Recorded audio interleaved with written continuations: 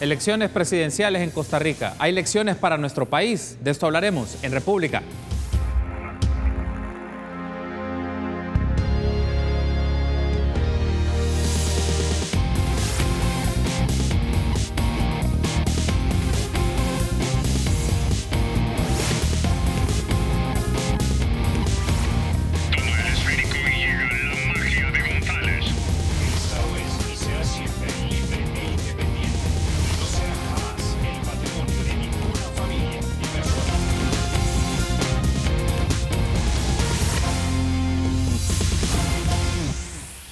Muy buenos días, qué gusto que nos acompañe en República, martes 10 de abril del año 2018. Les saluda Carlos Monterrosa, es un agrado que nos acompañe y esta hora y media la vamos a dedicar para analizar las elecciones presidenciales en Costa Rica, pero también para valorar si hay elecciones para nuestro país, qué elementos podemos tener en cuenta y también poner en su perspectiva el debate de las circunstancias políticas y electorales que se dan en la región centroamericana. Es un gusto para mí saludar a Álvaro Artiga, politólogo y profesor universitario, y Eduardo Calix, abogado y embajador de carrera, actualmente director de protocolo y ceremonial parlamentario en la Asamblea Legislativa. Buenos días, bienvenidos ambos a República. Buenos días, Carlos. Muchísimas gracias, Carlos, por la invitación. Un saludo. Gracias, muy amables ambos por estar con nosotros esta mañana y me gustaría que iniciemos en este momento. Vamos a apreciar un video, un extracto de las declaraciones que brindó Carlos Alvarado, el candidato presidencial del partido PAC de Acción Ciudadana, en el cual da parte de sus declaraciones en su discurso como ganador, como presidente electo en Costa Rica. Veamos. Costa Rica tiene el potencial de ser una nación que brilla.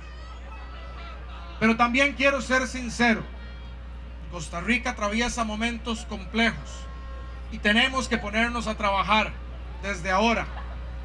Tenemos que tener expectativas claras para un próximo gobierno que debe entrar a trabajar desde ya. Que debemos trabajar para resolver problemas que acarreamos durante décadas y que llegó el momento de que resolvamos. Por eso, quiero pedir de una manera respetuosa, pero categórica, a los actuales diputados y diputadas de la Asamblea Legislativa que avancen con las reformas necesarias del reglamento legislativo para tener fluidez en el Congreso.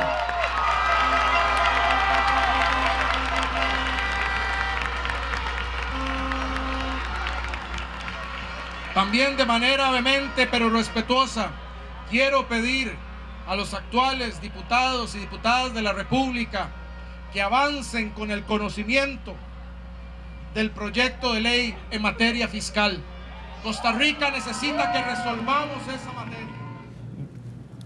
Bien, entonces ahí teníamos declaraciones de Carlos Alvarado, el presidente electo de Costa Rica. Alvarado, del Partido de Acción Ciudadana, se convierte como presidente electo con el 60.6% de los votos válidos. Su contendiente, Fabricio Alvarado, del Partido Restauración Nacional, obtuvo el 39.3% de los votos válidos. Carlos Alvarado y el PAC lograron remontar en una primera ronda adversa, donde obtuvo poco más de 466,000 votos, pero en la segunda vuelta logró más de 1.293.000 votos. Ahora tendremos algunas de las declaraciones que ofreció Fabricio Alvarado en su discurso aceptando la derrota.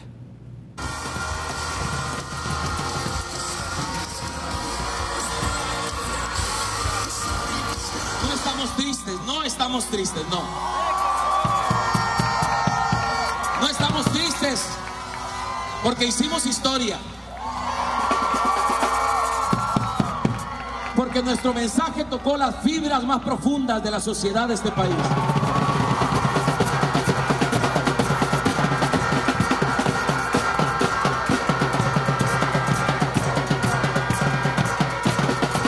En el último debate dije que no me avergüenzo de creer y de amar a Dios.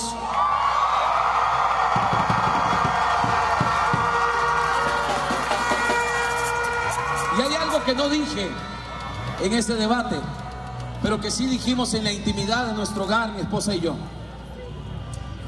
Pase lo que pase, para Dios es la gloria.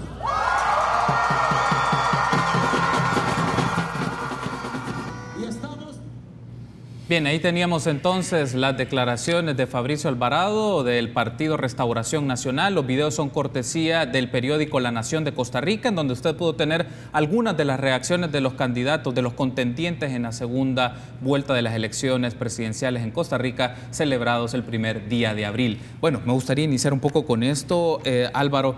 ¿Por qué debemos llevarle la pista a los procesos políticos y electorales en la región centroamericana? Usualmente en los medios de comunicación en El Salvador estamos muy dedicados a ver la coyuntura nacional, a lo que pasa en el día a día en nuestro país. Es importante ciertamente, pero El Salvador no es el ombligo del mundo. Hay muchas cosas que ocurren alrededor y en Centroamérica, y en el caso costarricense creo que podemos tomar diferentes elementos para la reflexión.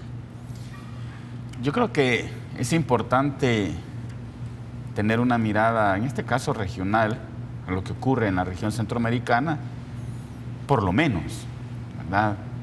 Ya sería todavía mejor si tuviésemos una visión de todo el continente, o por lo menos de la parte latinoamericana del continente. Porque efectivamente no somos el ombligo del mundo, no estamos solos, tenemos problemáticas comunes, tenemos instituciones similares que tienen un funcionamiento que puede servir de ejemplo a un país. Como decías al principio, podemos aprender de las experiencias de otros países. Y en ese sentido me parece que es interesante mirar, y es un buen ejercicio que en este caso estemos atentos a lo que pasó en Costa Rica, ¿verdad? También hubiese sido, no sé si se hizo, no recuerdo, pero también en el caso de Honduras, ¿verdad? Lo que pasó en Honduras. Y lo que pasa en los otros países, ¿verdad? En Guatemala, en Nicaragua. Hay un informe regional sobre el desarrollo humano que se hace en Costa Rica, ciertamente, que intenta tener también esa mirada de procesos que ocurren en la economía, en la política, en la sociedad, procesos culturales, medioambientales. Entonces yo creo que en época de globalización y de procesos regionales, sí es bueno tener una mirada regional para comparar, no para decir esto es mejor que lo otro, claro, sino porque podemos aprender de lo que pasa en otros lados, podemos evitar pasar por experiencias amargas, negativas, si observamos lo que ocurrió en otras sociedades. Yo actualmente, por ejemplo, estoy leyendo un libro que se llama Colapso, que es un libro que se hace la pregunta, ¿por qué sociedades antiguas desaparecieron? ¿Verdad? Entonces, la idea del autor del libro es más o menos la misma, de examinando cuáles eran determinados factores que se hicieron presentes en estas sociedades que desaparecieron, como la más cercana, la sociedad maya. Hay otras sociedades que ante los mismos factores gestionaron, digamos, las crisis que se plantearon de maneras distintas, y eso les permitió sobrevivir. Entonces yo creo que las miradas comparativas tienen esa virtud, ¿verdad?, de poder sortear de manera diferente o de manera homóloga a como lo hicieron otras experiencias. ¿Cómo puede ser el análisis, Eduardo, a consideración de lo que pasa en otros lugares de la región? Ya Álvaro menciona una perspectiva comparada, nos ayuda mucho también para entender qué está ocurriendo con nuestros vecinos en su política, en sus dinámicas electorales. ¿Cuál es su perspectiva? ¿Por qué llevarle la pista a estos procesos electorales? Mira, yo creo que siempre es bueno saber lo bueno, lo malo y lo feo de otros sistemas. Indistintamente que nosotros nacimos juntos a la vida independiente como países centroamericanos, pues obviamente hemos seguido destinos similares pero no iguales. Y en ese sentido hemos trabajado desde siempre en lograr la integración centroamericana. Por eso es que somos tan afines, por eso es que nos preocupamos el uno por el otro, porque este es como una familia, somos hermanos. Y lo que pase aquí le pasa a otro país vecino de manera inmediata, o lo que pasa en ese país a nosotros nos afecta. Y por eso es que estamos analizando esto, y considero yo de que es importantísimo ver qué es lo bueno que se puede rescatar de sistemas cuyas democracias son muchísimo más consolidadas que las nuestras, por ejemplo.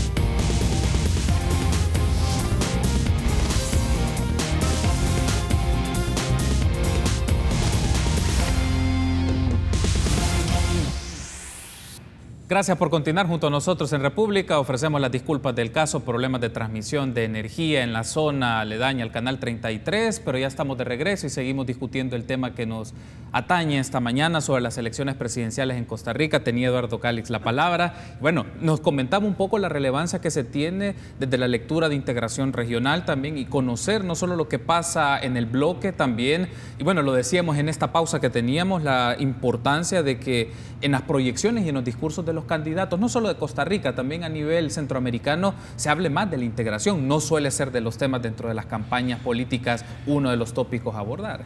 Y tal vez Costa Rica no ha sido uno de los países vecinos que vive la integración como la vivimos nosotros, y eso es de todos conocidos. Pero fíjate, como lo que tú has dicho, hemos visto precisamente en los videos cuál es el mensaje de Carlos Alvarado, qué era lo que Carlos Alvarado le estaba diciendo a sus allegados. Son exactamente los mismos discursos que tienen nuestros candidatos cuando hay tiempo de elecciones. Son exactamente los mismos problemas que tiene El Salvador o que tiene Guatemala o que tiene Nicaragua. Y entonces sí, efectivamente tenemos una vinculación directa. Pero creo que por eso, al inicio de mi intervención decía yo, hay que sacar lo bueno, lo malo y lo feo. Lo bueno, porque Costa Rica tiene un sistema democrático muy consolidado, como te decía, a lo cual no solamente vale la pena emular, sino que también tratar de sobrepasar, pero por la buena.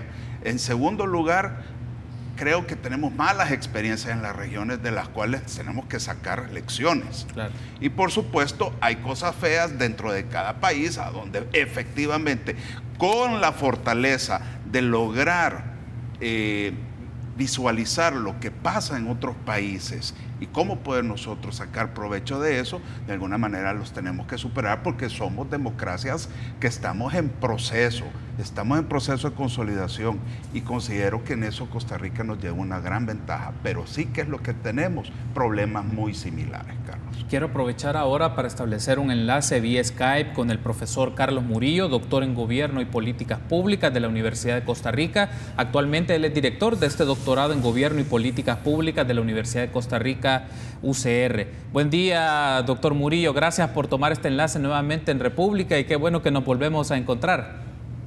Buenos días, Carlos, y más bien gracias por la invitación y sobre todo en esta coyuntura centroamericana y en particular en el caso de Costa Rica. Gracias a usted por tomar la invitación y este enlace vía Skype, y quiero aprovechar un poco con esto su lectura de los resultados de la segunda vuelta. Hay una remontada del Partido Acción Ciudadana y era un aspecto que generó sorpresa. Me gustaría tener su primera lectura sobre esto, ¿no? La remontada del Partido Acción Ciudadana en segunda vuelta. Sí, yo creo que aquí hay que considerar varias situaciones. Una es que el electorado del PAC que votó en la primera ronda se presentó a las elecciones.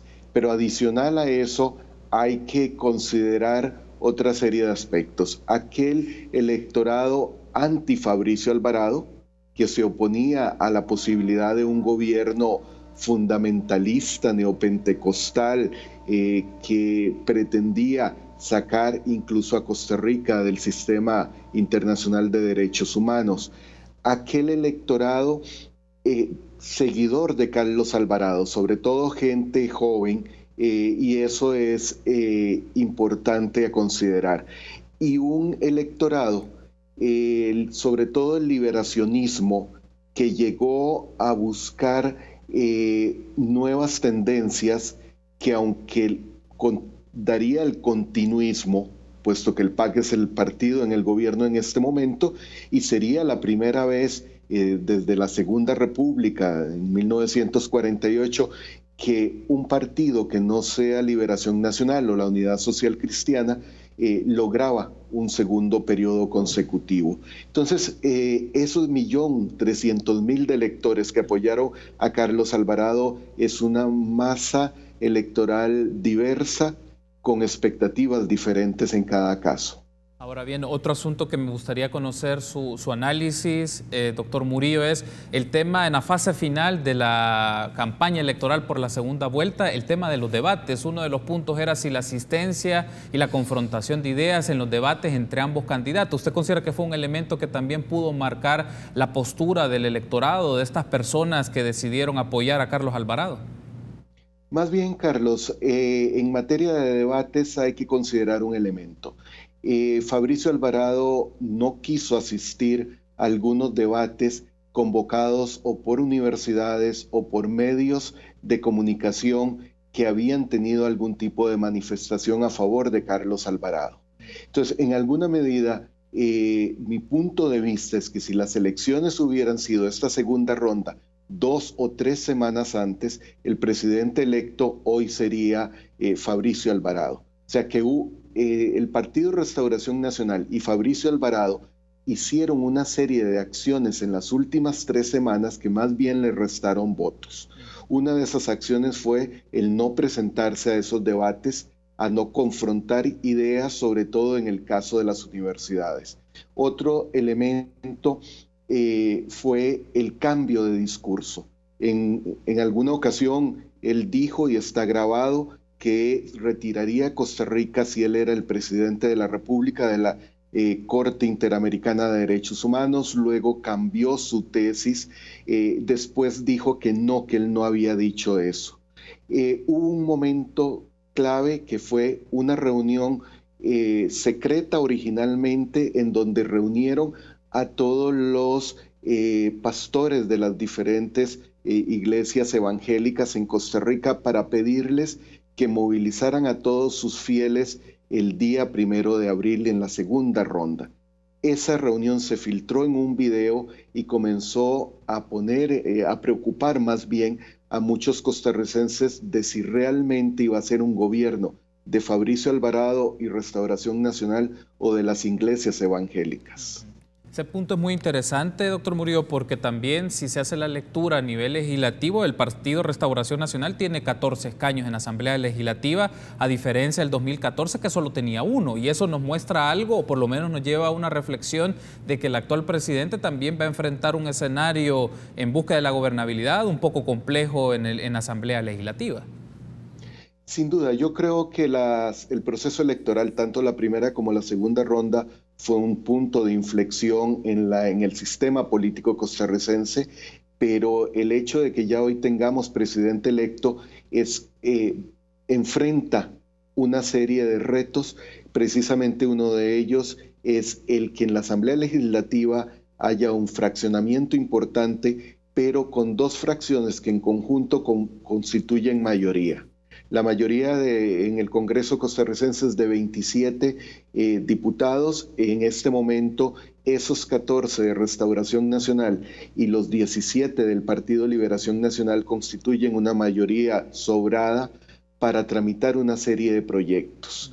Eso lo que nos permite ver, Carlos, es cómo en Costa Rica no necesariamente el electorado apoya al candidato presidencial en la misma magnitud que apoya a los candidatos al Congreso o a los gobiernos locales. Ahí hay otro cambio significativo en el sistema político costarricense. Otro aspecto que quiero aprovechar para su reflexión y para nuestra audiencia en El Salvador, de República y también a través de Facebook, que hay muchas personas salvadoreños en los Estados Unidos que están pendientes de este programa, pero están en función de la lectura del proceso electoral que se está desarrollando en este país. En el caso costarricense es como 2 partidos, en este caso el PAC y el Partido de Restauración Nacional, ya irrumpen en el proceso electoral presidencial, cuando antes era el Partido Liberación Nacional y Unión Social Cristiana, digamos. ¿Cómo también se puede hacer esta lectura de nuevos partidos o expresiones más recientes de partidos políticos irrumpen en el proceso electoral en Costa Rica y cómo eso puede ir modificando, darle un nuevo estilo al trabajo, al ejercicio de la política en Costa Rica? Sí, sin duda el proceso electoral de este año acabó definitivamente con el bipartidismo en Costa Rica. Todavía el proceso de hace 4 años, donde por primera vez un partido que no fuera los 2 tradicionales llegaba al ejercicio de la presidencia, en esta ocasión ya ese bipartidismo se acabó, lo que obliga sobre todo al Partido Liberación Nacional, que es el partido histórico, a tratar de hacer una reestructuración y replantear algunas líneas, porque lo mismo lo vimos, o sea, Liberación Nacional obtiene 17 diputados, pero su candidato presidencial obtiene mucho menos votos. Significa que el electorado costarricense no necesariamente está votando por la vinculación y afiliación partidista, como ocurría el siglo pasado, sino más por quién es el candidato. Hemos estado en una tendencia hacia favorecer a los liderazgos personales y no tanto partidarios. Bien, ahora me gustaría que hablemos un poco sobre los escenarios de gobernabilidad que enfrenta el nuevo presidente en Costa Rica. Hay 3 temas en particular, pero me gustaría saber si hay otros temas en debate que implicarían la negociación y el acuerdo entre los diferentes grupos parlamentarios de la Asamblea costarricense, las finanzas públicas. También hay un tema, al igual que El Salvador, de discusión de responsabilidad fiscal, si se va a hacer reforma fiscal, es uno de los temas. La reforma del empleo público es otro de los temas. Y el tercero, el matrimonio igualitario. Son 3 temas que van a marcar mucho la gestión y el trabajo de la Asamblea Legislativa en Costa Rica. Me gustaría tener su análisis, su reflexión sobre esos 3 tópicos. Sí, en este momento la actual Asamblea Legislativa finaliza el 30 de abril y se está discutiendo, se espera que esta semana se vote en primer debate, son 2 debates para adoptar una ley en el Congreso. Se vota en el primer debate el proyecto fiscal que incrementa impuestos en algunas áreas que son sensibles y que tiene mucha oposición, sobre todo del sector sindical, principalmente de la ANEP, la Asociación Nacional de Empleados Públicos, que es el mayor grupo sindical, y de algunos otros sectores. No hay certeza en que esta asamblea vaya a poder votar en segundo debate antes del 30 de abril ese proyecto de ley. Eso haría que el gobierno de Carlos Alvarado entre, como decimos popularmente en Costa Rica, quedando. O sea, entra en una situación muy frágil porque las finanzas están en una posición muy crítica, no hay recursos para finalizar el actual periodo presupuestario, y de ahí que se optara no por una reforma integral del sistema tributario, como debió haberse realizado hace 2 o 3 años, sino por ajustes y incluso que algunos llaman parches. Y sin duda la parte del empleo público es otro reto. Se ha demostrado, ayer algunos medios de comunicación como La Nación publicaban un informe de cómo ha venido creciendo el empleo público de manera desordenada en el gobierno central, y eso requiere una decisión firme para poder fomentar la gobernabilidad en el país. Y sin duda el tema de campaña, que fue el matrimonio igualitario, va a ser una cuestión compleja, precisamente porque las 2 fracciones mayoritarias en la Asamblea Legislativa no están de acuerdo en que se hable de matrimonio igualitario. Hay un proyecto de ley en la corriente legislativa sobre unión civiles del mismo sexo, que al final les va a dar los mismos derechos a la población de la comunidad LGBTI, pero lo que no ha gustado en Costa Rica es que la opinión de la Corte Interamericana de Derechos Humanos hablara de matrimonio y no de unión civil. Se considera en Costa Rica que el concepto de matrimonio es un concepto exclusivo del acto religioso y no civil. Entonces, sin duda esos 3 temas son complejos. Luego viene un tema permanente en las relaciones exteriores de Costa Rica, que son las relaciones con Nicaragua. Bien, perfecto. Antes de finalizar este contacto, doctor Murillo, quiero aprovechar, y para nuestra audiencia en El Salvador, ¿qué lecciones remarcaría usted nos ofrecen las elecciones en Costa Rica? ¿Qué lecciones nos pueden dar esto que ha ocurrido en primera y en segunda vuelta, la composición y los resultados legislativos? ¿Cuál les remarcaría usted como esas lecciones a nivel centroamericano? Primero, que el electorado en países como los centroamericanos ya no es el electorado del siglo pasado. La composición etaria de la ciudadanía ha cambiado. Las nuevas generaciones, esa gente joven, menor de 32 años, que es cada vez mayor porcentaje en el electorado, tiene otra forma de ver la política. y sobre todo la política partidaria. Segundo, que al menos en el caso de Costa Rica, y yo creo que también se encuentra en otros países de la región, ya los sistemas de partidos políticos no son los sistemas tradicionales. O sea, en Costa Rica, Liberación Nacional ya no es un partido político en el sentido del siglo pasado, es más una agrupación político-electoral que se prepara solo para el proceso electoral y no comienza a formar cuadros durante el periodo entre elecciones. Tercero, que los líderes políticos deben entender que la dinámica del juego político-electoral ha cambiado, que las redes sociales son un factor determinante que puede mover las opiniones en uno u otro sentido, y tienen que aprender a jugar en ese ámbito y no en el antiguo, o sea, el del siglo pasado, en donde el contacto con la ciudadanía era de otra naturaleza. Esas 3 lecciones, entre muchas, se pueden deducir de esta experiencia costarricense. Perfecto, quiero darle las gracias, doctor Murillo, por ofrecernos esta lectura, este análisis directamente desde Costa Rica para que nuestra audiencia pueda tener más información y pueda ir construyendo su criterio con información de primera mano y la reflexión que usted nos puede ofrecer. Gracias por haber establecido este enlace con nosotros, doctor Murillo. Gracias, Carlos.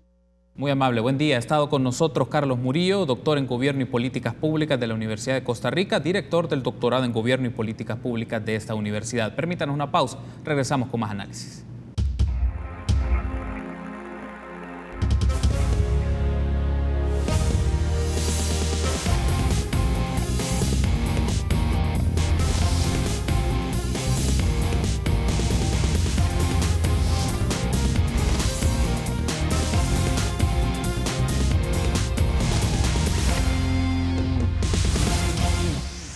Gracias por continuar junto a nosotros en República. Seguimos analizando los resultados electorales en Costa Rica junto a Eduardo Calix y Álvaro Artiga. Bueno, me gustaría tener sus reacciones del enlace que tuvimos en el bloque anterior con Carlos Murillo, del director del doctorado en Gobierno y Políticas Públicas de la UCR en Costa Rica. Diferentes elementos interesantes que desconocíamos que habían ocurrido en dicho país. Álvaro. Qué bien que tenemos el contacto con amigos costarricenses sobre estos temas, porque yo creo que Costa Rica en materia política siempre ha estado adelante de todos los demás países de la región. Como decía Eduardo, Costa Rica de hecho tiene la democracia más antigua de América Latina. Más antigua que la chilena, la uruguaya y la argentina, porque esos tuvieron interrupciones militares. Los costarricenses no. Entonces ahí hay bien enraizada una cultura política democrática que está ausente en los demás países, ¿verdad? Que explica algunas diferencias. Pero luego también, digamos, temas que nos llevan distancia, pero que eso ya tradicionalmente era así. La introducción del café, por ejemplo, ¿verdad? En los distintos países, tempranamente se hizo en Costa Rica. Incluso a nivel de grupos liberales y conservadores, los conservadores ticos eran más liberales que los liberales del resto de países. Entonces eso va mostrando en el nivel, digamos, de las ideas, en el nivel cultural, una mayor apertura, y yo creo que es importante aprender en ese sentido de los ticos. Algunas tendencias que ha señalado el doctor Murillo, yo creo que nos pueden servir a nosotros. Ya voy escuchando, creo que en 2 días voy escuchando 3 veces esta caracterización de la personalización de la política que se está dando en todo el mundo. Casos europeos, y el doctor Murillo hablaba un poco también de cómo los partidos están siendo modificados en su sentido, en la medida en que pesa más ahora, o está pesando más, los liderazgos personales que la marca partidista, ¿verdad? Yo creo que eso, en el caso de Restauración en Costa Rica, ha pesado, porque el partido en realidad tiene ya historia, no es un partido recién inscrito. Lo que pasa es que había sido un partido pequeñito, ¿verdad? Como otros partidos de un diputado probablemente. Y es ahora cuando, digamos, salta y saca un número importante de diputados que junto con los que tiene Liberación Nacional hacen mayoría legislativa, y eso le da posibilidades y pone en desventaja al presidente Carlos Alvarado, ¿verdad? Eso va a ser una cosa, él no habló mucho de esa parte más de relaciones entre gobierno y oposición en el Congreso, porque en realidad ahí va a estar el problema para Costa Rica, ¿verdad?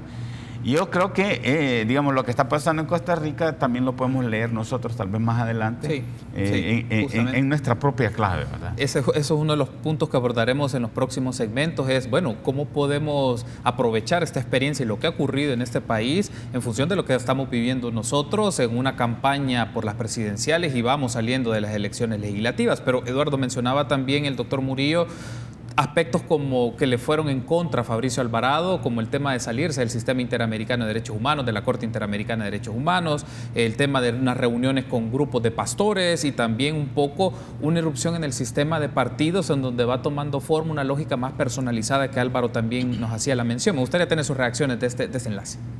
Mira, yo creo que el doctor Murillo tenía algunas apreciaciones que son muy ciertas y aplican para todos. Hay otras con las que creo yo podemos tener reservas porque definitivamente cada sistema es diferente independientemente que, como decíamos, estamos tan cerca.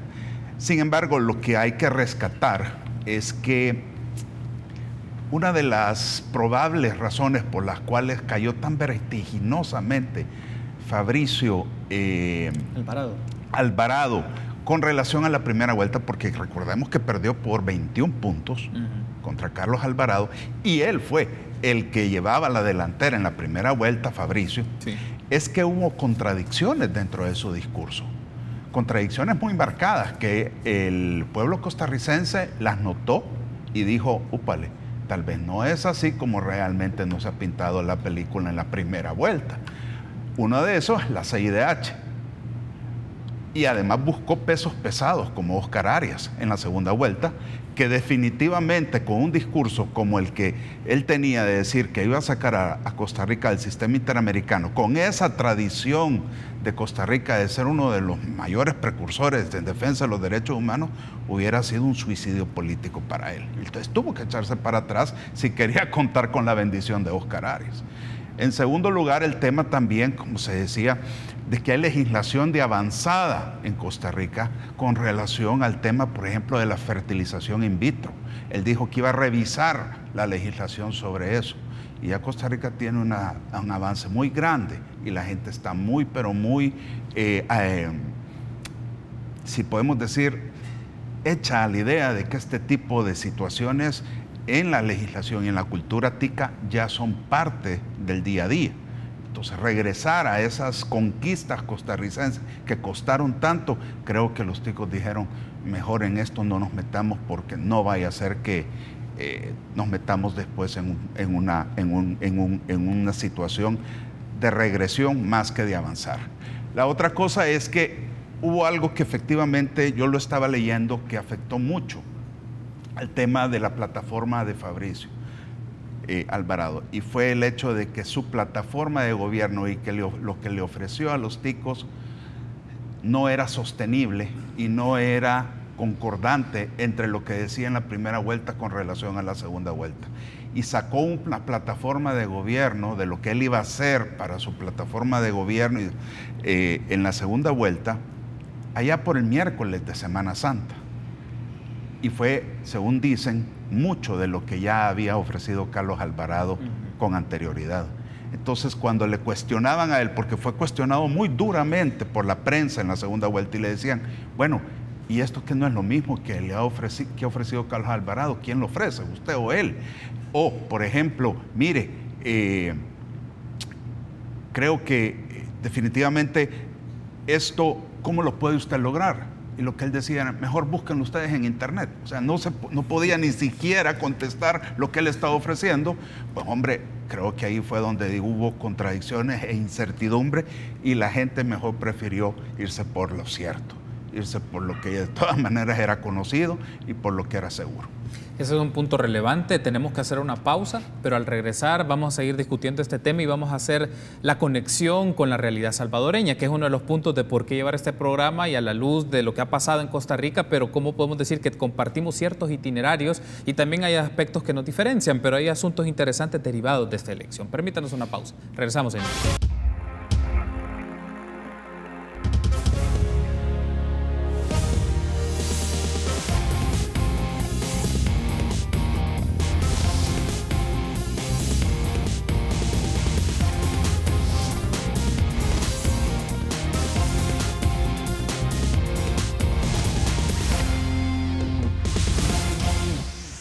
Gracias por continuar junto a nosotros en República. Seguimos analizando el caso de las elecciones presidenciales en Costa Rica y haremos las conexiones con el caso salvadoreño, pero vamos a establecer en este momento otro enlace Skype con Ilka Treminio. Ella es directora de Flaxo Costa Rica, politóloga de la UCR de Costa Rica y tiene una maestría en desarrollo económico local. Buenos días, Ilka. Gracias por tomar la invitación de República en El Salvador. Muy buenos días. Muchas gracias por la invitación. Gracias a usted por estar con nosotros esta mañana y me gustaría que iniciemos con esto, algo que estábamos discutiendo con Eduardo Calix y Álvaro Artiga acá en el set y también con Carlos Murillo en un enlace anterior en unos minutos atrás, es esto de la irrupción de los actores evangélicos en la política. ¿Asumimos que tal vez es algo nuevo o es algo que ya se venía dando en los últimos años en Costa Rica, Ilka?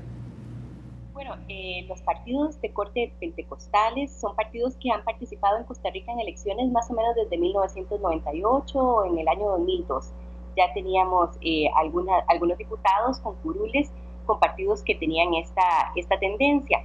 Por lo que no diríamos que son nuevos, sino más bien que han ido incrementando su influencia y su poder en la política costarricense. Ese es un punto relevante, el hecho de que de poco a poco se han ido mostrando, manifestando las expresiones evangélicas, no son tan recientes como usted nos menciona. Ese es un punto que me gustaría destacar, pero también otro de los asuntos que discutíamos con nuestros panelistas acá es algo particular sobre cómo se configura un bloque cristiano en Asamblea Legislativa, si lo podemos denominar de esta manera. O sea, ¿qué implicaciones tiene un bloque cristiano a través de la manifestación del Partido Restauración Nacional y los asocios o acercamientos que puede tener con otros partidos para mover su agenda en Asamblea de Costa Rica? Bueno, ellos rechazan que se les denomine como bloques cristianos, ¿verdad? Aunque de alguna manera las contrapartes así los llaman. Son partidos que tienen un corte neopentecostal y por lo tanto su ideología, que ellos la sintetizan en una del cristianismo social, es así como la denominan en su programa, les ha permitido generar una agenda política. Pero la agenda no se reduce solamente a temas de derechos humanos, sino que tienen una agenda también en temas económicos, sociales, de manera que han participado en la política con regularidad. Y su bloque en esta pasada legislatura era un poco mayor, digamos, porque antes han sido partidos unipersonales, han tenido solamente un diputado, 2 diputados, y han ido creciendo en número. Para esta elección del 2018 tienen 14 diputados, y se convierten de esa manera en el bloque mayoritario dentro de la Asamblea. Mayoritario en el sentido de que tienen el mayor número, pero no llegan a alcanzar la mayoría absoluta, por lo cual van a necesitar generar acuerdos con otras fracciones legislativas para lograr sacar adelante las agendas o la manera en la que ellos decidan que van a apoyar o rechazar agendas del gobierno o de otras fracciones legislativas. Bien, ahora también me gustaría tener su apreciación sobre esto, Ilka. Bueno, el presidente electo Carlos Alvarado está en proceso de negociación y acercamientos con partidos y con liderazgos de otros partidos políticos para configurar esto que denominan un gabinete multipartidista. Me llama mucho la atención esta idea de cómo buscar a Integración Nacional y al Frente Amplio para tener una configuración de un gabinete. Coméntenos un poco sobre esto. Bueno, el Partido Acción Ciudadana se está acercando no solamente a unas fuerzas políticas, sino a todas las que tienen representación en la Asamblea Legislativa. El objetivo que tienen es ensayar un mecanismo de coalición de manera tal que puedan superar el grupo minoritario que tienen en la Asamblea Legislativa y poder formar al menos una coalición minoritaria. Esto es una experiencia que ya se inició a experimentar en el 2014 porque también Luis Guillermo Solís quedó con un grupo menor de diputados en la Asamblea Legislativa y lo que se hizo fue asociar como principal agrupación en ese momento al Partido Unidad Social Cristiana y también al Partido Frente Amplio, para lo cual hubo un reflejo en la dotación de cargos del gabinete. En esta ocasión se hace de una manera más ordenada, ¿verdad?, más institucionalizada, y lo que se está proponiendo es un preacuerdo legislativo en el que se pongan de acuerdo las partes de manera que lleguen con una negociación avanzada de agenda que el gobierno quiera sacar adelante, con los matices que las distintas fuerzas quieran darle, y a cambio otorgar cargos del gabinete de manera que se pueda sostener la relación de confianza en los ministerios y expresarse a través de la Asamblea Legislativa con los votos del Parlamento. Me mencionaba un poco que en la gestión anterior del presidente que está por salir, Luis Guillermo Solís, se hizo un poco este ejercicio de buscar un gabinete pluripartidario o multipartidista, y ahora apela el actual el presidente electo Carlos Alvarado. Y la pregunta es, ¿eso resulta factible para desarrollar un ejercicio de gobierno, buscar a otros partidos o liderazgos de otros partidos en la distribución de cargos y también búsqueda de acuerdos de ciertas políticas públicas? ¿Ha resultado un poco en acción de gobierno, Ilka? La experiencia costarricense es muy escasa, ¿verdad? Como le decía, en el caso de la elección del 2014 no hubo la formalización de una coalición, pero los miembros del gabinete que venían de otros partidos políticos, algunos se conservaron como personas que no pertenecían al PAC, pero otros se adaptaron a esa identidad del Partido Acción Ciudadana. Y estos ministros, algunos permanecieron hasta el final, ¿verdad? En el caso de América Latina, no hay otra manera de generar un gobierno estable cuando se está en minoría que no sea mediante la coalición. Las experiencias más importantes en esta materia son las de Uruguay, antes de la consolidación del Frente Amplio y de que el Frente Amplio ganara bloques mayoritarios, la de Chile, con la concertación nacional, la de Brasil, ¿verdad?, donde el número tan alto de partidos políticos con representación en el Parlamento hace necesario que se generen presidencias en coalición, en asociación con otros partidos políticos. Esto es lo que lleva a uno de los líderes del Partido Acción Ciudadana, a Otón Solís, a decir que se tiene que ensayar una especie de parlamentarismo informal, ¿verdad? No hay manera de definir esto, pero en el fondo lo que él quiere decir es que es imposible generar una democracia de partido en una situación donde el partido gobernante tiene únicamente 10 diputados de 57. Bien, perfecto. Y quiero darle las gracias por habernos acompañado en este enlace Skype y brindarnos su apreciación sobre los actores políticos, las expresiones religiosas, pero también esta última idea me llama mucho la atención, lo vamos a discutir con nuestros panelistas acá, este parlamentarismo indirecto o informal que se puede construir para la búsqueda de alianzas entre los partidos políticos, en este caso para América Latina, el caso costarricense, y pues veremos si en el caso de El Salvador puede existir una dinámica de este tipo. Gracias, Ilka, por haber establecido el contacto con nosotros. Muy bien, gracias, muy amable. Ha estado con nosotros Ilka Treminio, directora de Flaxo Costa Rica, politóloga de la UCR de Costa Rica y con maestría en Desarrollo Económico Local. Bueno, quiero aprovechar antes de irnos a la pausa una reacción muy puntual, Álvaro, luego Eduardo. La última idea me llamó mucho la atención. Sin ser un sistema parlamentario, están en otros lugares del mundo, pero la lógica de buscar acuerdos y entendimientos para un partido que llega al gobierno con minorías es una realidad que enfrentan también a nivel de los regímenes presidenciales. Sí, fíjate que este tema de si reformar o no el sistema político costarricense ya se lo habían planteado hace rato. Recuerdo que por la segunda presidencia de Oscar Arias, ya en Costa Rica estaban con este tema de si debían reformar el sistema para hacerlo o en la dirección del parlamentarismo, darle ciertos elementos parlamentarios al sistemático. Es decir, estaban buscando una salida institucional a este problema de que cada vez es más frecuente que los presidentes no tengan mayorías legislativas. Recordemos que antes de la década del 90, Costa Rica tenía claramente un sistema bipartidista, el Partido de Liberación Nacional y la Unidad Social Cristiana. Eran los dos partidos que se turnaban en el gobierno y los dos tenían la posibilidad de tener mayorías. Pero posteriormente, cuando vino los problemas en Unidad Social Cristiana, los problemas de corrupción, entonces ese partido empezó a perder votaciones hasta prácticamente ser irrelevante actualmente, quedando Liberación Nacional, pero Liberación Nacional también tuvo una división, de ahí salió el PAC originalmente.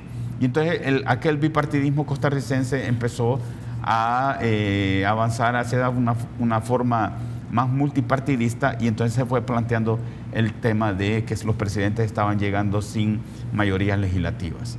Entonces yo creo que esto que ahora hemos escuchado de Ilka es de nuevo eso, ¿verdad? Tratando de manera racional, digamos, como muchos lo hacen los ticos, experimentando prácticas que ellos han notado en Europa. Ellos tienen muy la vista hacia Europa, no tanto hacia los Estados Unidos como nosotros. Ellos se sienten un poco más ligados en otra dirección, y entonces siempre están como más abiertos a nuevas experiencias. Y yo creo que eso, además, como bien lo ha dicho Ilka, tomando experiencias de Sudamérica, de qué es lo que estaba pasando, creo que ellos están buscando, los políticos ticos, esas coaliciones posteriores a la elección, ¿verdad? Porque no son coaliciones previas, sino son justamente para garantizar algún nivel de apoyo al presidente, ¿verdad? Dijo incluso la expresión coalición minoritaria. Tengo que hacer una pausa, pero al regresar, Eduardo, me gustaría tener su valoración, porque seguro tiene comentarios y reacciones ante el enlace y las ideas que Álvaro nos ha ofrecido en este momento. Regresamos.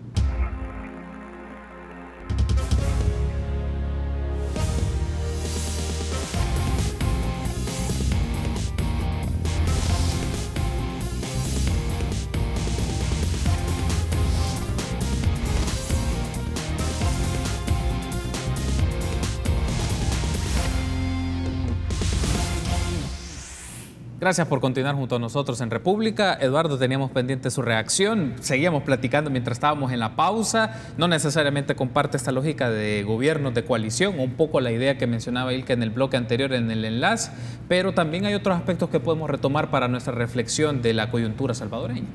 Mira, si hay algo que a Carlos Alvarado le resultó exitoso y remontó el marcador, porque acordémonos que él entró a la segunda vuelta en desventaja frente a Fabricio Alvarado, es que dejó de hablar o de hablarle exclusivamente a su partido, a Acción Ciudadana, y empezó a hablarle a los ticos como una unión nacional.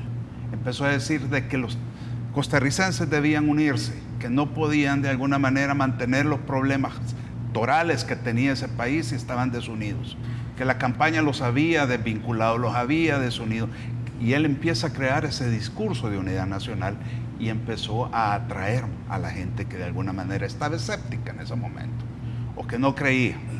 Y frente a los desaciertos de la otra parte, pues por supuesto dijeron, ya este hombre por último ya lo conocemos porque fue ministro de Trabajo en tiempos de Luis Guillermo Solís, y de alguna manera pues sabemos a qué responde y de alguna manera la línea que trae.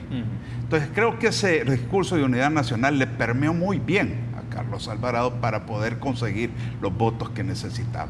Y de ahí fue como se despega. Entonces le habló a Costa Rica, no le habló al partido. Y yo creo que en ese sentido él tiene gente que de alguna manera le ha venido colaborando y que puede integrar parte de su gabinete. Hacer necesariamente un gabinete de coalición no es lo más sano, si lo ves desde el punto de vista que por estar pagando de alguna manera aquellos favores o aquellas lealtades que en su debido momento se le fueron uniendo en la segunda vuelta, lo que va a crear es dispersión en la toma de decisiones, porque no hay de alguna manera una línea vertical que le permita a un presidente poderle decir a su colaborador, porque somos colaboradores en ese momento, hey, yo necesito que esto lo hagamos, que lo ejecutemos, sí, pero yo te pasé ese dato, yo es lo que quisiera hacer, sí, pero necesito que lo hagas, dame el plazo. Entonces, en ese sentido creo yo de que si se hacen a veces esos proyectos, enhorabuena, pero si no se hacen, es muy difícil para un presidente controlar un gabinete que no tiene de alguna manera esa cohesión y esa lealtad que en su debido momento se necesita para ejecutar. Hagamos la conexión con el caso salvadoreño, si les parece, Álvaro, un poco esta lógica de hablar de un gobierno que necesita acuerdos, entendimientos, un ejecutivo me refiero, y que lo pueda configurar de diferentes expresiones políticas. En el caso de El Salvador, ¿es algo factible o es algo que se ha dado? Porque se me viene a la mente un caso, no estoy diciendo que sea pero la primera gestión de Mauricio Funes había una combinación de gente fuera del FMLN, gente del FMLN y otros acuerdos en personas que estaban en instituciones que representaban otros intereses partidarios. Que, digamos, lo tomo solo como un ejemplo para ver si aplica esta lógica lógica de configuración de un gabinete con expresiones de diversos partidos o de diferentes expresiones políticas de la sociedad. Vamos a ver, la idea del gobierno de coalición, que es tratar de emular lo que ocurre en un sistema parlamentario, no es precisamente incorporar gente que está en otros lados. Digamos, lo que busca es poder configurar una mayoría legislativa. ¿Verdad? Cuando el partido que ha ganado el Ejecutivo no tiene una mayoría legislativa, entonces va a negociar con los grupos parlamentarios para formar una mayoría. A cambio de ese apoyo legislativo son cargos en el Ejecutivo. ¿Verdad? Entonces, por eso yo no aplicaría, digamos, la figura o esta categoría de gobierno de coalición al caso de Mauricio Funes. Incluso ahí fue una coalición previa a las elecciones, ¿verdad? Los amigos de Mauricio, ¿verdad? Que le dan el apoyo a Mauricio en su candidatura por el FMLN. Esa es una coalición previa. Aquí estamos hablando, por ejemplo, cuando en Alemania la canciller Merkel no tiene la mayoría en el Parlamento alemán, y entonces tiene que pactar con el Partido Socialdemócrata alemán.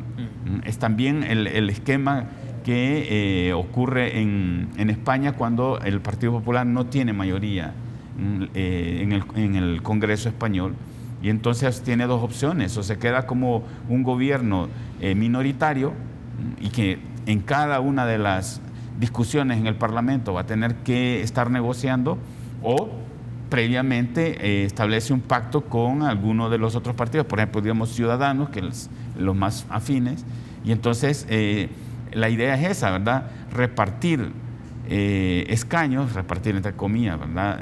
Repartir puestos en el gobierno, pero a cambio de una certidumbre en cuanto a la formación de mayorías legislativas. Esto se ha dado ciertamente en algunos casos en Sudamérica, ¿verdad?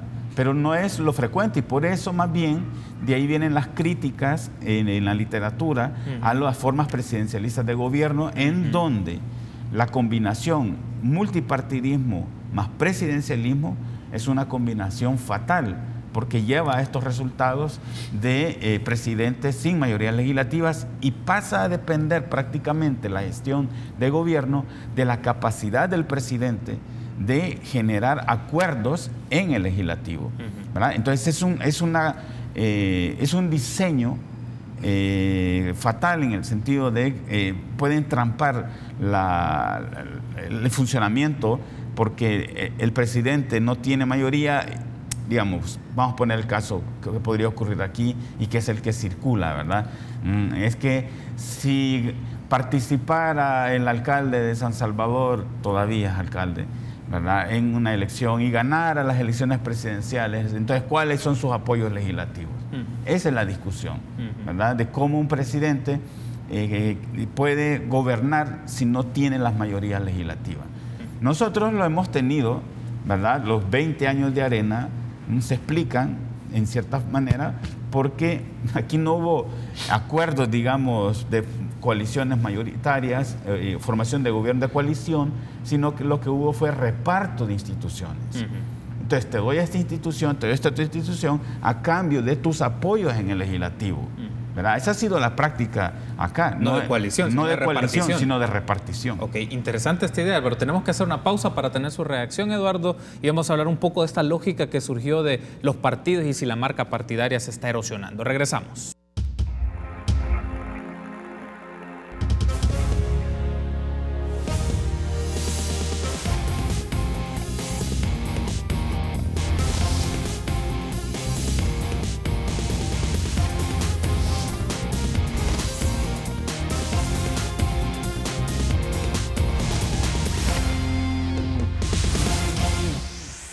Gracias por continuar junto a nosotros en República. Antes de seguir con el análisis de nuestros invitados, establecemos un enlace microonda con Jorge Trillo, reportero de Teleprensa, para que nos comente sucesos que se están dando en este momento en las instalaciones de la Procuraduría General de la República. Buen día, Jorge. Comentanos qué está ocurriendo.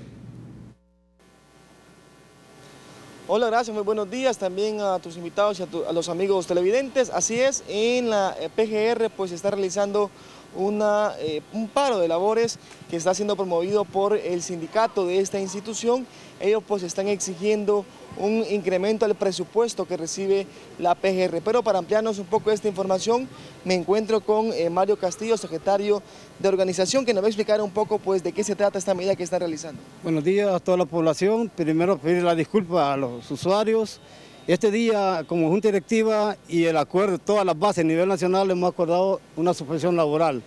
Estamos exigiendo y pidiendo al ministro de Hacienda, al señor presidente de la República en funciones, Óscar Ortiz, que nos dignifique con un mejor presupuesto. Un refuerzo presupuestario que ya fue aprobado por el ministro Cáceres, pero el nuevo ministro fue resignado de otras arcas del Estado. Me decía que el presupuesto que ustedes, o el aumento que ustedes están exigiendo, más o menos es de 3.5 millones. 3.7 millones, ¿verdad? Esto implica una mejora en salario, mejoras en instalaciones y mejores instalaciones. Perdón. Ustedes me comentaban también si vieron obligados a tomar esta medida porque no reciben una respuesta. Bueno, ya agotamos todas las instancias, todas las etapas. Hemos hablado con el ministro, con la Comisión Especial del Presupuesto, la Asamblea Legislativa, todos los diputados comprometidos, pero hoy, el día de ayer, perdón, hubo un dictamen favorable. Pero pedimos al ministro que ese dictamen sea devuelto inmediatamente favorable a la Procuraduría. Ahora, entendemos que el año pasado ya hubo un incremento a cierto sector de esa institución en cuanto a aumento salarial. No, este año en el presupuesto ordinario asignó 1 millón gracias a la parte política, pero solo fue para 158 defensores penales. Únicamente los defensores penales, y ustedes quieren que se amplíe a todo. Todo, el 81% hemos quedado desprotegidos. Bueno, ya escuchamos, de momento pues nosotros también hemos hecho un recorrido por las instituciones o por varias instalaciones de la PGR. Hemos constatado pues que únicamente se está permitiendo ingresar a los empleados a marcar y luego pues tienen que salirse a la espera, por supuesto, de que el sindicato pues dé la orden para que se reanude de alguna forma la atención. Ellos nos han dicho que va a ser hasta que reciban una respuesta positiva por parte de las autoridades, así que ahí el llamado también a los usuarios. Si usted pues tenía alguna cita, alguna diligencia en la PGR, pues se va a encontrar con esta situación, así que lo mejor, por supuesto, que intente llamar, comunicarse acá a las instalaciones para verificar pues si realmente se le puede atender o qué día se puede reanudar se pueden reanudar las labores. Okay. Así la información, por supuesto, nosotros regresamos al set de República y estén pendientes de las emisiones de Teleprensa. Gracias, Jorge, muy amable por este reporte que nos has ofrecido el periodista Jorge Trío desde la sede de la Procuraduría General de la República. Paro de labores por demanda en un aumento del presupuesto. Se va a ampliar en la próxima edición de Teleprensa. Bueno, ahora bien, el aspecto que teníamos pendiente, Eduardo, es la discusión de este tema nos lleva a un punto que considero relevante para nuestros usos, los usos del Salvador. Me refiero es, a la luz de lo que ha ocurrido en Costa Rica, es la noción del partido político. Se mencionaba, y Carlos Murillo mencionaba, que también esta lógica de los partidos políticos en Costa Rica se erosiona si estos no se nutren en la sociedad, si no forman cuadros, si no van constituyendo o no van fortaleciendo esa institución política. En el caso de El Salvador también es uno de los temas en debate, si los partidos políticos, su marca se está desgastando, se están tomando fuerza. Una cosa es competir por los votos, pero otra cosa es ir manteniendo o configurando una base territorial que les va a dar respaldo en las elecciones. Yo comparto lo que dice Carlos Murillo sobre eso, pero tenemos que ver algo, Carlos, que yo creo que es importantísimo. Así como se va evolucionando en los sistemas democráticos, así los partidos políticos que son parte del sistema democrático tienen que ir evolucionando por igual. Se tienen que actualizar, se tienen que modernizar, tienen que llegar a ese grupo etario que decía Murillo, que son esta gente que no sobrepasa los 32 años, que mira la política de una manera muy distinta y estoy totalmente de acuerdo con él. Hay que evolucionar y los partidos tienen que evolucionar en ese sentido. Pero lo que yo no puedo desvincular a los partidos políticos es precisamente del alcance territorial. Yo estoy de acuerdo que las redes sociales han venido a revolucionar mucho la manera de hacer política, pero nunca van a sustituir la presencia en el campo precisamente que se necesita para poder llevar tu discurso hasta el último rincón. Y eso solo se puede hacer a través de los mecanismos que te da los partidos políticos y el respaldo que te puede dar es institucionalidad. Por eso es importante que los partidos políticos también vayan acompañados de reformas legales en las que pues precisamente sean cada vez más transparentes, sean cada vez más representativos, que permitan que precisamente las expresiones novedosas puedan ser incluidas y que puedan de alguna manera abrirse como partidos a el escrutinio de la población. Y por ello creo que es imperativo no desvincular la territorialidad que le da precisamente la posibilidad de llegar hasta la última persona, que aunque tenga un teléfono celular y pueda de alguna manera consultar las redes sociales, es precisamente esa vinculación entre personas lo que hace que pueda haber una diferencia precisamente para ganar una elección. Y yo considero de que así como está ahorita la situación en El Salvador, se ha avanzado en el tema de lograr actualizar los partidos políticos, pero hay que avanzar más. Se tienen que adecuar algunas circunstancias que hoy por hoy son negativas en nuestro país y que es importante que los partidos puedan ir de alguna manera superando. Eduardo mencionaba un tema relevante, Álvaro, y que lo traemos en la discusión de todo este programa, ha sido, bueno, las expresiones generacionales, cómo ahora se busca un elector joven, un elector con otras lógicas, con otros estímulos, donde la tecnología es una herramienta principal para su día a día. Los partidos políticos, el FMLN, Arena, Gana, PSN, ¿están leyendo esto? ¿O es una lógica que puede irrumpir a través de otra forma y otra expresión política dentro del sistema en donde va a tratar de compaginarse esos lenguajes y esa comprensión de este grupo generacional? Bueno, en el caso nuestro, yo creo que es innegable que hay jóvenes de esas edades en los partidos tradicionales, en el Frente, en Arena, en el PCN, uno los ve en periodo electoral. El asunto es el papel que se les asigna, ¿verdad? Es más para el trabajo ese inmediato en las elecciones y después como que quedan en el olvido. Y también es cierto que hay un porcentaje importante de jóvenes que no se identifican con estos partidos porque las dirigencias de estos partidos sobrepasan los 60 años. Y entonces ahí hay un problema de gente de 20, 25, 30 años que no logra identificarse con la dirección del partido, con los funcionarios del partido, que tienen 60 años y que hablan como que si todavía estuviéramos en el conflicto armado. Esa generación que nació después del conflicto, que de la guerra ni siquiera en la escuela les enseña. Entonces hay un problema de interlocución con estos otros jóvenes. Yo creo que los que están en Arena, en el Frente, en el PCN, Gana, son los hijos de los líderes de esos partidos, ¿verdad? Y sus amigos. Pero hay otro mundo de jóvenes que no se vinculan con estos partidos. Y ahí hay entonces la posibilidad para la emergencia de nuevas expresiones partidistas, ¿verdad? Algunos de estos jóvenes son formados, ya los que están arriba de 25 años, han estudiado fuera, han regresado, tienen otra concepción y menos que se identifican con los partidos tradicionales. La gente hay un problema para esos partidos, pero hay una oportunidad para la constitución de nuevos partidos o de nuevas expresiones partidistas. Entonces yo creo que en eso estamos marchando como en otros lados, ¿verdad? Creo que es un cambio más global de partidos que hacen política como en el siglo XIX, que es cuando surgen esos partidos de masa, 1850, ¿verdad? Y han pasado pues más de un siglo y siguen haciendo y organizando partidos como que si estuviésemos en aquella época. Y yo creo que ahí donde hay un desfase que plantea la oportunidad para nuevas expresiones. Ahora, que no sea necesario tener territorialidad, yo creo que sí, lo que pasa que tal vez no en la medida de antes, ¿verdad? Pero por supuesto que siempre es necesario contar con locales, ¿verdad? Me restan 2 minutos, Eduardo, para su Muy rápidamente para complementar lo que decía Álvaro. El problema de la juventud y los reclamos de la juventud es tema no solamente de los partidos políticos, es un tema que tenemos que solucionar como sociedades modernas. Muchos jóvenes no encuentran los espacios laborales ni los espacios a donde se puedan autosuperar, y precisamente hasta cumbres hay con el tema de juventudes. Entonces es un tema, los partidos políticos, de muchos que los jóvenes reclaman. Y estoy de acuerdo en que el joven necesita expresarse, pero un vehículo cierto y